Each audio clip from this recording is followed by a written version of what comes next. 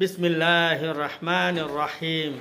हज़रत औस सक़फ़ी रदी अल्लाह ताला अन्हु हुज़ूर अक़दस सल्लल्लाहु अलैहि वसल्लम से नकल किया है कि कलामुल्लाह शरीफ का हिफ्ज़ पढ़ना 1000 दर्जा सवाब रखता है और कलामुल्लाह शरीफ को देखकर पढ़ना 2000 दर्जे तक बढ़ जाता है।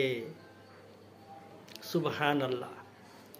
तो दोस्तों, अल्लाह ताला हम तमाम को रोज़ाना कुरान शरीफ को पाबंदी से पढ़ने की तौफीक अता फरमावे और पंजगाने नमाज पढ़ने की तौफीक अता फरमावे, ज़िक्र व अज़कार करने की तौफीक अता फरमावे, अल्लाह के हुक्म पर नबी पाक सल्लल्लाहु अलैहि वसल्लम के हर सुन्नतों पर अमल करने की तौफीक अता फरमावे।